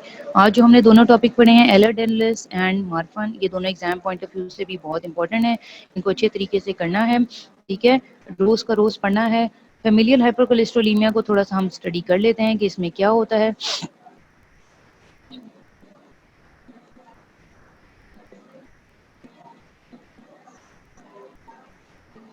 बल्कि फेमिलियल हाइपरकोलेस्ट्रोलीमिया ये आज ही का आप लोगों का टॉपिक है, इसको हम थोड़ा सा देख लेते हैं, ठीक है। बाकी जितना रह जाएगा हम ये नेक्स्ट में पढ़ लेंगे, ठीक है।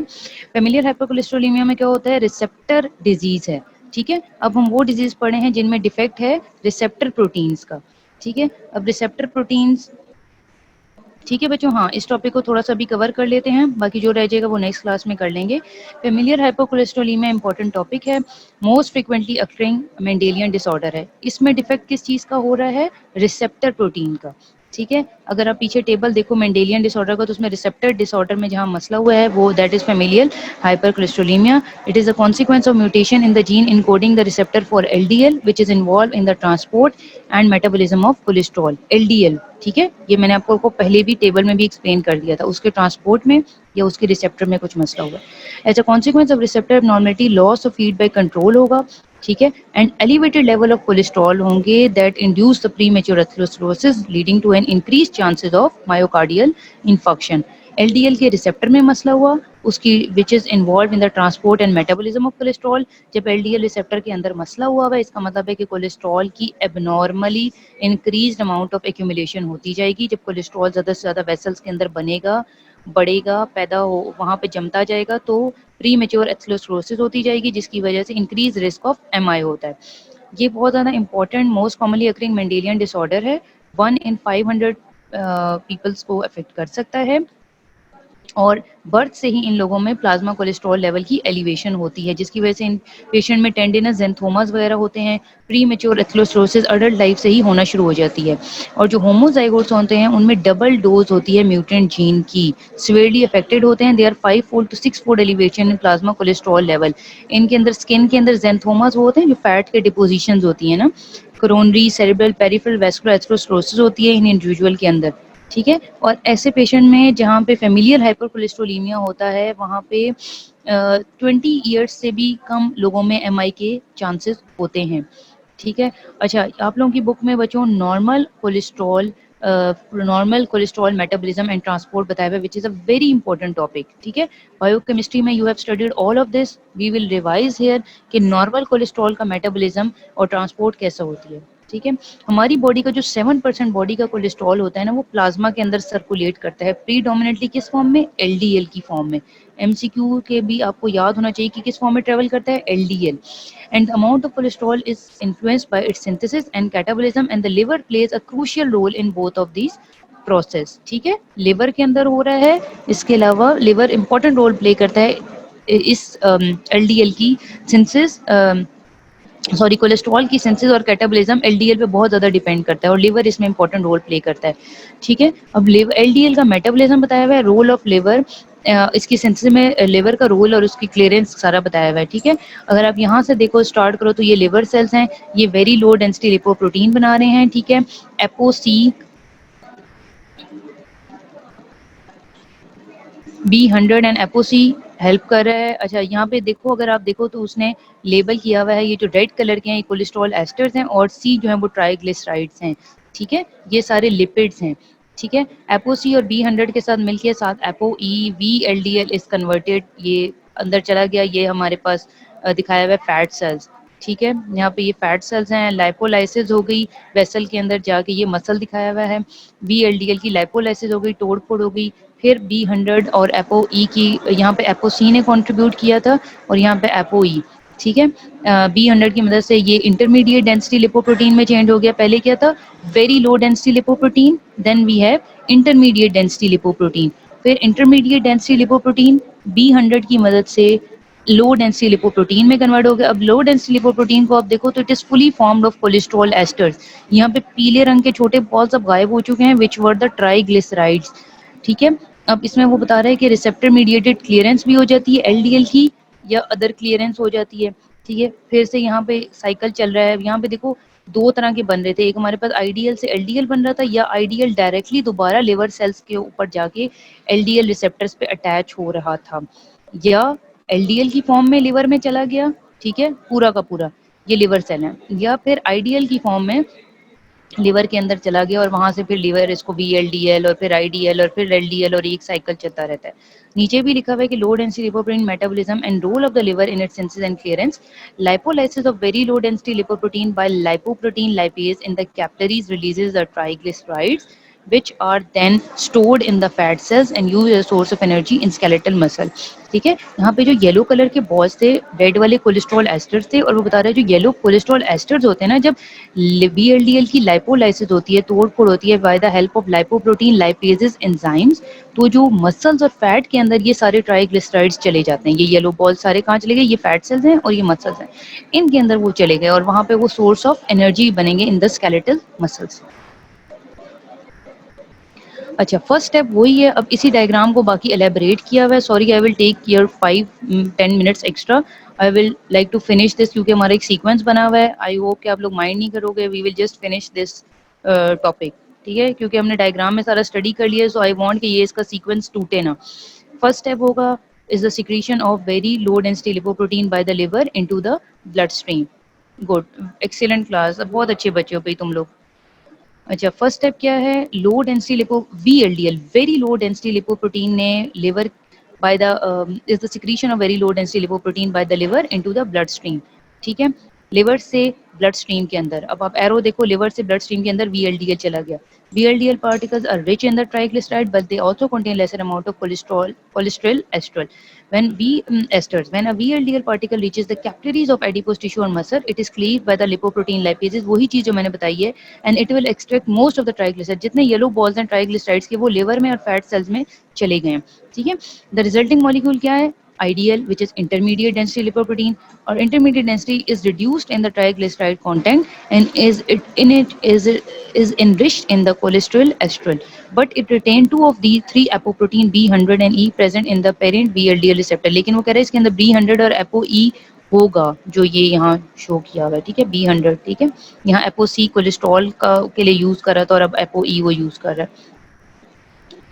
अच्छा, after release from the capillary endothelium, जो कैपिलरी से जब निकला तो आइडियल पार्टिकल्स के साथ दो तरह से सलूक हो सकता है, ठीक है।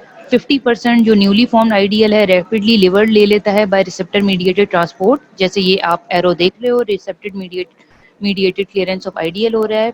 और दूसरा क्या हो रहा है, receptor mediated clearance of LDL, direct ideal भी लिवर में जा सकते हैं और एलडीएल के थ्रू जाता है, ठीक है। Because the receptor responsible for binding of ideal to the liver cell membrane recognizes both ApoB100 and ApoE. It is called the LDL receptor, however, because it is also involved in the hepatic clearance of the LDL. ठीक है, यही चीज ApoB100 और ApoE दोनों ही LDL के जाने पहचाने हैं, ठीक है।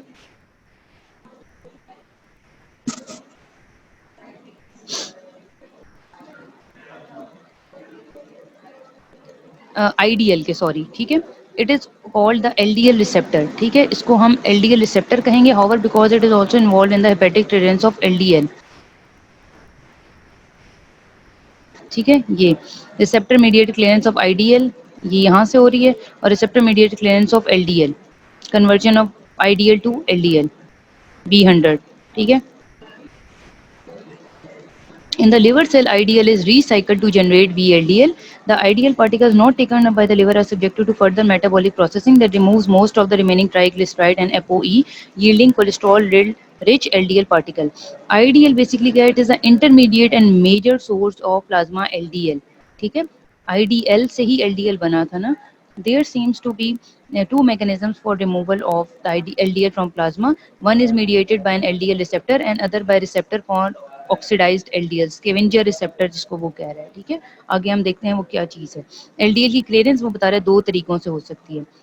Although many cell types, including the fibroblast, lymphocytes, smooth muscle, hepatocyte, adrenocortical cells, possess the high affinity LDL receptor, approximately 70% of the plasma LDL is cleared by the liver. ठीक है, सारा कुछ कहाँ पे क्लियरेंस हो रही है एलडीएल की, लिवर के अंदर हो रही है। लेकिन आपको ये एमसीक्यूज में पता होना चाहिए कि एलडीएल रिसेप्टर ज़्यादा कहाँ होते हैं, fibroblast, lymphocyte, smooth cell, liver के अंदर, या एड्रीनोकॉर्टिकल किडनीज के ऊपर जो लगे होते हैं, ठीक है, एड्रिनल ग्लैंड्स। अच्छा, अब ये यहाँ पे भी एक डायग्राम है आप लोगों की बुक में, एलडीएल रिसेप्टर पाथवे जिसने बताया हुआ है कि किस तरह से होगी। अगर आप यहाँ पे देखो, ये एलडीएल रिसेप्टर लगे हुए, ठीक है, कोलेस्ट्रॉल मेटाबॉलिज्म वो बता रहा है किस तरह से होगी। ये एलडीएल रिसेप्टर है, ये प्लाज्मा मेम्ब्रेन दिखाई हुई है, ठीक है। यहाँ किस तरह से, अब ये देखो, एक प्रोटीन, देन कोलेस्ट्रॉल एस्टर इसके अंदर, और ApoB100 अटैच है, ठीक है। और ये एक एलडीएल का मॉलिक्यूल दिखाया हुआ है। अब ये यहाँ कोटेड पिट है एक, ठीक है, एक एक गड़ा सा बना हुआ है, ठीक है, इसके अंदर आके जुड़ गई, अटैच हो गई यहाँ पे, किस ApoB100 किसके साथ अटैच हो गई, बाय एलडीएल रिसेप्टर, ये जो तिकोनी सी बनी हुई है, ठीक है। और ये बेसिकली क्लेथरिन मेम्ब्रेन रिसेप्टर बताए हुए हैं, ठीक है। अब यहाँ पे ये पूरी वैसे कोटेड हो जाएगी, ये जो कोटेड पिट थी अब ये कोटेड वेसिकल में चेंज हो जाएगी, ये गोलू सा एक वेसिकल बन जाएगा, गुब्बारा सा बन गया, ठीक है।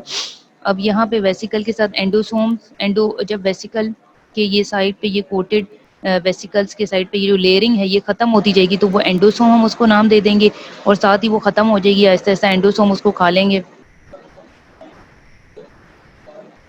फिर रिसाइकलिंग वेसिकल बनता जाएगा, ठीक है, रिसाइकलिंग हो गया। अब यहाँ एंडोसोम लाइसोसोम के अंदर जब चला जाएगा तो यहाँ पे आप देख लो कि ये जितने भी अंदर कोलेस्ट्रॉल एस्टर्स थे ये खुल गए हैं, ठीक है। साथ एंडोसोम्स के भी जो उसके अंदर जिसके प्रोटीन के जो पार्टिकल्स थे उनकी भी तोड़ फोड़ हो गई, ठीक है। प्रोटीन के पार्टिकल्स की जब तोड़ फोड़ हुई तो अमानो एसिड की फॉर्म में वो बाहर निकल गए, और जब कोलेस्ट्रॉल वाले रेड वाले बॉल्स अलग हुए तो वो कोलेस्ट्रॉल एस्टर्स कोलेस्ट्रॉल की फॉर्म में अलग हो गए। अब ये क्या करेंगे, ये सेल मेम्ब्रेन स्टेरॉयड हार्मोन्स और बाइल एसिड्स में इंपॉर्टेंट रोल प्ले करते हैं। इसके अलावा स्टोरेज ऑफ कोलेस्ट्रॉल एस्टर्स की फॉर्म में स्टोर हो जाएंगे, एक यहाँ पे बॉल की फॉर्म में, ठीक है। बॉल मतलब कि एक किसी चीज में एक स्टोरेज हो गई है ना एक जगह पे, ठीक है। इसके अलावा कोलेस्ट्रॉल कहाँ जाएंगे, ओवर सप्लाई ऑफ कोलेस्ट्रॉल हो जाएगी, तो एक तो वो स्टिमुलेट करेगी कि कुछ स्टोर भी हो जाए, और दूसरा वो क्या करेगी, HMG कोए रिडक्टेज एक एंजाइम होते हैं जो कोलेस्ट्रॉल की सिंथेसिस में ज़रूरी होते हैं, उनको इनहिबिट करेगा, ओवर सप्लाई ऑफ कोलेस्ट्रॉल, ठीक है। या फिर LDL रिसेप्टर की सिंथेसिस हो रही होती है जब DNA और RNA, वहाँ पे भी वो इनहिबिट करेगा, ठीक है। सो HMG कोए रिडक्टेज एंजाइम हेल्पफुल होता है in the synthesis of cholesterol, ठीक है। और L synthesis of LDL receptor आगे फर्दर डीएनए और आरएनए को अफेक्ट करेगी। ये देख लो, एंडोप्लाज्मिक रेटिकुलम बनाया हुआ है, इसमें रिसेप्टर प्रोटीन्स हैं, राइबोसोम्स बनाए हुए हैं, ठीक है। एलडीएल वहाँ जाके अटैच, एलडीएल रिसेप्टर है ये, ठीक है। ये जाके जैसे कह लो ना कि एक वेसिकल की फॉर्म में यहाँ गोल्जी ऑपरेटर्स के साथ भी अटैच हो जाएगी और ये ट्रेवल इसी तरह कर रही है, ठीक है, in the form of vesicle. और यहाँ पे वेसिकल के साथ ही प्लाज्मा मेम्ब्रेन से बाहर निकल जाएगी, ठीक है। बाहर क्या, वेसिकल बाहर निकल गया, ये रिसेप्टर यहीं अटैच हो गया। अब इन्हीं स्टेप्स को उसने बाकी आगे एलेबरेट किया हुआ है बच्चों। ये 2-3 स्लाइड्स ही हैं, ठीक है, हम इनको फिनिश कर लेते हैं। ठीक है, फर्स्ट स्टेप क्या हुआ है कि एलडीएल ने आके सेल सरफेस रिसेप्टर के साथ बाइंड किया था और they are clustered in specialised organ of plasma membrane, जिसको हमने कोटेड पिट कहा है। ठीक है, बाइंडिंग के बाद कोटेड पिट में रिसेप्टर बाउंड एलडीएल है, ठीक है। इन्वेजिनेशन होगी तो coated pit will be converted into coated vesicle, after which they will migrate within the cells to fuse with the lysosomes. ठीक है, ये पीछे आप लोगों ने डायग्राम में देख लिया है, ये लाइसोसोम्स, ठीक है। अच्छा, फिर उसके बाद क्या हुआ, एलडीएल डिसोसिएट हो जाएगा from the receptor which is recycle to the surface, ये देखो, ठीक है, एलडीएल वापस चला गया, ये रिसेप्टर ये सरफेस पे वापस चला गया। और दूसरा क्या होगा, दूसरा ये होगा, in the lysosome LDL molecule is enzymatically degraded, apoprotein part is hydrolysed to amino acid whereas the cholesterol esters are broken down to free cholesterol. This free cholesterol crosses the lysosomal membrane to enter the cytoplasm where it is used for the membrane synthesis and act as a regulator of cholesterol hemostasis. ठीक है, यही चीजें हमने सारी table में पीछे देख ली हैं डायग्राम में। Exit of cholesterol from the lysosome requires the action of two protein Niemann-Pick NPC1 and NPC2, जो कि नीमन-पिक डिजीज में इंपॉर्टेंट रोल प्ले करती हैं। ठीक है बच्चों, ये तुम लोगों के लिए जरूरी है, ये इतना जरूरी नहीं है। अच्छा, 3 सेपरेट प्रोसेसेस होते हैं जो कि अफेक्ट करते हैं रिलीज ऑफ कोलेस्ट्रॉल। एक तो cholesterol suppresses cholesterol synthesis within the cell by inhibiting the activity of enzyme 3-hydroxy 3-methyl gluteryl coenzyme A, जिसको हम शॉर्ट में HMG को ए रिडक्टेज कहते हैं। इस एंजाइम का नाम मुश्किल है। 3-हाइड्रोक्सी 3-मिथाइल ग्लूटेराइल को ए का मतलब होता है को enzyme A reductase. Rate limiting step होता है in the synthesis of cholesterol. So cholesterol suppress करेगा cholesterol synthesis within the cells by inhibiting this enzyme, जैसे ये पीछे मैंने बताया था ये, ठीक है, इनहिबिट्स ओवर सप्लाई जब इसकी होगी। ठीक है, दूसरा ये क्या करेगा, दूसरा cholesterol activates the enzyme acyl coenzyme A cholesterol acyl transferase favouring esterification and storage of excess cholesterol. जैसे हमने ये नीचे एरो देखो, stimulates over supply, stimulates cholesterol storage. और थर्ड ये क्या करेगा, cholesterol suppresses the synthesis of LDL receptor thus protecting the cells from excessive accumulation of cholesterol. यही चीज synthesis of LDL receptors inhibit करेगा। ठीक है, अच्छा, familial hypercholesterolemia results from mutation encoding the genes for the LDL receptors। और secondly वो आपकी book में कह रहा है कि as a result of defect in the transport catabolism of LDL by the सेटवेट pathway is impaired and the plasma level of LDL increases twofold। Homozygotes जितने भी होते हैं they have virtually no normal LDL receptor in their cells, क्योंकि वो होमोजाइगोट्स हैं, they have high level of circulating LDL। और इसके अलावा in addition to defective LDL clearance both the homozygote और जितने भी हेटेरोजाइगोट होते हैं उनके अंदर एलडीएल की बहुत इंक्रीज सिंथेसिस होती है। और mechanism of increased synthesis it contributes to the hypercholesterolemia also results from lack of LDL receptor। LDL receptor नहीं भूलना बच्चों, जो IDL है उसको वो बता रहा है which is the immediate precursor of plasma LDL also uses hepatic LDL receptor। कौन से, ApoB100 एंड E रिसेप्टर, जितने भी ApoB A E हमने पढ़े हैं they are all LDL receptors. ठीक है, तो आइडियल जो होता है वो भी इम्पोर्टेंट, वो भी हेपेटिक LDL रिसेप्टर्स को यूज करता है for its transport into the liver.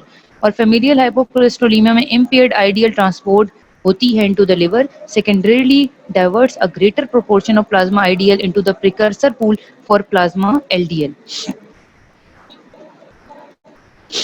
अच्छा, so transport of LDL by scavenger receptor seems to occur at least in part into the cells of the mononuclear phagocyte system।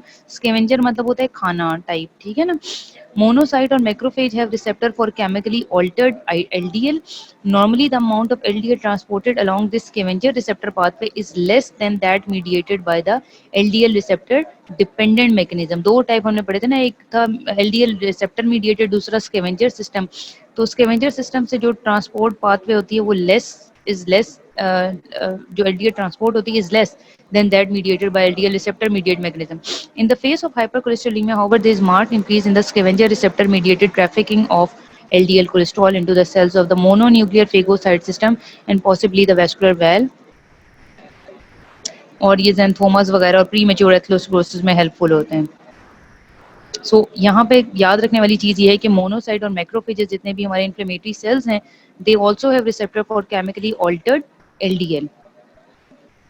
इसके अलावा जो molecular genetics है family हाइपोक्लोस्टेरोलेमिया की extremely complex है। More than 900 mutation LDL receptor gene में देखी गई हैं, जिनमें इंसर्शन, डिलीशन, मिससेंस, नॉनसेंस म्यूटेशन ये सब आइडेंटिफाई हुई हैं। 5 ग्रुप्स में नॉर्मली हम डिवाइड करते हैं इनको, एलडीएल रिसेप्टर म्यूटेशंस को, टाइप 1, 2, 3, 4, 5, ठीक है। और साथ ही आप अगर उसको टेबल में सिस्टमेटिक याद रखो तो synthesis, transport, binding, clustering, recycling, ये सब चीज़ें हमें। अब क्लास 1 में वो क्या कह रहा है, सिंथेसिस में मसला हुआ, क्लास 2 में ट्रांसपोर्ट, क्लास 3 में बाइंडिंग, यहाँ पे भी देखा, यहाँ पे दिखाया हुआ है 1, 2, 3, 4, 5। क्लास 3 में बाइंडिंग में, क्लास 4 में उसकी क्लस्टरिंग में, ठीक है, ये क्लस्टरिंग है, क्लास 4 में 5 में उसकी रिसाइकलिंग में, ठीक है। तो ये एलडीएल रिसेप्टर की म्यूटेशंस दिखाई हुई है, किस लेवल पे किस किस तरह किस चीज़ की डेफिशिएंसी होगी और कौन सी टाइप क्लास की म्यूटेशन होगी। और यहाँ पे उसी चीज़ को उसने एक्सप्लेन किया हुआ है कि अगर क्लास 1 म्यूटेशन होगी, कंप्लीट फेलियर ऑफ सिंथेसिस होगी रिसेप्टर प्रोटीन की, सिंथेसिस पे आगे क्रॉस लगा हुआ है। क्लास 2 में ट्रांसपोर्ट की बात कर रहा है, transport to the Golgi complex. Class 3 में म्यूटेशन किसकी हुई है जी, फेल टू बाइंड, यहाँ पीछे देखो बाइंडिंग, ठीक है। क्लास 4 में क्लस्टरिंग की, in core synthesise and but they fail to localise in the coated pits। और क्लास 5 में they are express in core protein that are expressed on the cell surface can bind LDL and can be internalized. However, the pH dependent dissociation of the receptor and the bound LDL fails to occur, ठीक है। सो recycling में मसला होता है, fail to recycle to the cell surface, इस diagram को याद रखना है, ठीक है। सो एलडीएल रिसेप्टर का बहुत ज़्यादा इंपॉर्टेंट रोल है in cholesterol homeostasis, and one strategy is based on the ability of certain drugs to suppress the intercellular cholesterol synthesis।